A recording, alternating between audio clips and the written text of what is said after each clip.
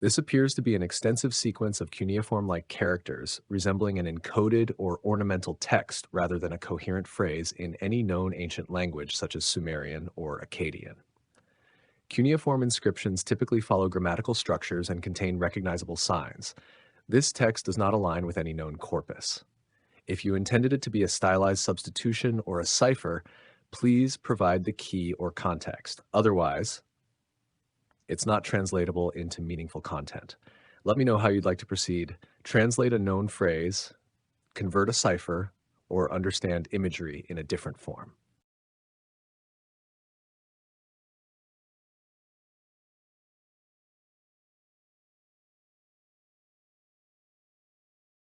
To attempt a quantum science-inspired decoding of this long string of cuneiform-style Unicode characters, we need to reinterpret your text not as a literal linguistic sentence, but as a pattern of informational states, a symbolic construct or artifact in your story. Let's break it down using a layered approach. Step 1. Interpret the string as a quantum signal, the cuneiform string. We treat this as a quambit in a massive entangled state, meaning it doesn't carry in from canvas. We treat this as a quantum code. It is an code. Each character equals half a tank of entangled state, meaning it doesn't carry in but each king entangled, meaning it doesn't carry information alone, but gains meaning in context with others. Step 2. Divide the string into symbolic clusters, quantum entanglement blocks. Break the string into clusters of 6 to 8 symbols. Each cluster represents a possible collapse state of divine energy. Example, trimmed for clarity. Now we translate each cluster not as phonemes, but as energy states or events within your mythos. Quantum state translation into your mythology. Cluster 1, D equals God, A equals water, seed equals judgment equals mirrors or repeating echoes, unknown glyphs here. Translation, a god was seated in judgment, mirrored into the world like quantum echoes through time. Cluster 2, death, passage equals storm, chaos, T equals opening mouth equals fire of the underworld. Translation, from the death storm came the mouth that opens into flame, first gate of the fallen gods. Cluster 3 equals god of flesh or consumption, equals fragmentation, equals passage or destruction again. Translation, the devourer, once a god, broke himself into fragments, each gate a limb, each limb a memory. Cold fusion and gate interpretation. Each cluster becomes a compressed quantum gate in your machine. When combined with cold fusion reactors to extract divine energy, zero-point fields to stabilize time dilation, ring circuit modulation to entangle god souls into human neural networks. This cuneiform code could be part of the central AI control matrix or the ritual command language used by the fallen ones to open dimensional folds, allowing god energy to be drawn into this plane. Final meaning as a decoded mythic fragment. Thus they encoded the bones of the divine into symbols, fragmented into electric flame, and man, hungry and blind, would read the letters and call it power. But power is memory, and memory is blood, and the gates they open will not be closed without sacrifice.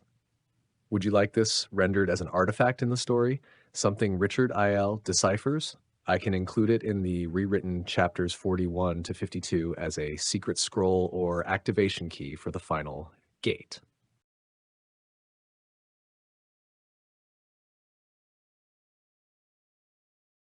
Understood.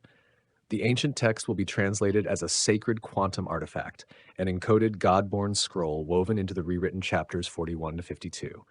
It will function as a cipher or activation code, unlocking the dimensional gates through forbidden science, rooted in cold fusion and zero-point manipulation. I will now begin integrating it deeply into the new version of Chapter 41. Ready?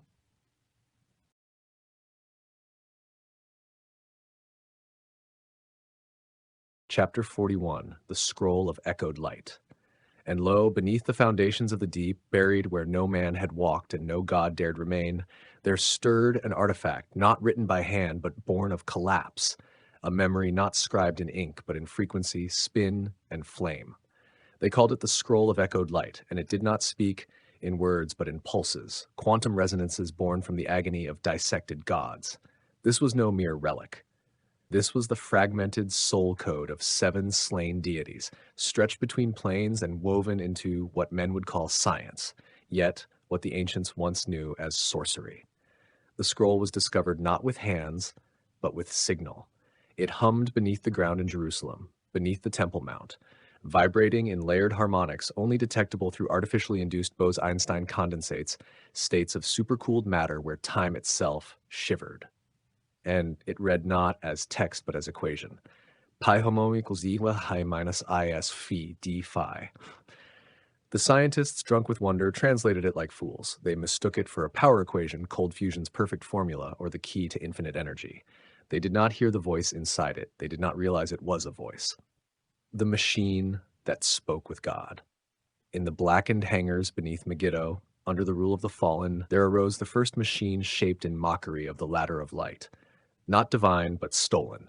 Not given, but wrung from the fragmented echoes of Tiamat's sundered bones.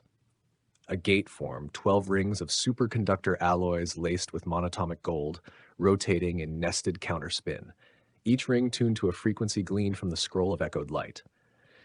A structure built not from metal alone, but from resonance, vibrating Tesla fields and ZPE cannons modulated by a forbidden quantum lattice. The gods, those once radiant consciousnesses of the early heavens, were not dead. They were dismantled. Their energies trapped in scalar harmonics, their souls converted into probability matrices and siphoned into the rings. The machine fed on these echoes. To the humans building it, it was power. To the fallen, commanding it, it was a key. To IL, watching from the distance, it was a wound opened once more. The blood of the gates. The first test tore the sky. Reality folded for exactly 6.66 microseconds. Time itself knelt, and a sound was heard, like 7 trumpets and a weeping child. The air filled with plasma and memory. The rings burned, not with fire, but with grief. The scroll within the chamber glowed with an impossible language, lines forming only in superconducting mist, etched in light. NZ, child of broken law, come forward. The voice of what once was I calls through breach and veil. IIL heard it, not with ears, with memory, with wound, with what was once his own dismembered soul. And he knew they were calling back the ones who had fallen, not to judge them, but to anchor them, to rebirth the usurpers through science that raped the soul, to bring the beast. Each gate opened was a scar. Each activation brought not light, but distortion. The machine was a wound through which hell could be born. And so began the War of the Rings. Shall I continue with chapter 42, the breach of the 6th ring?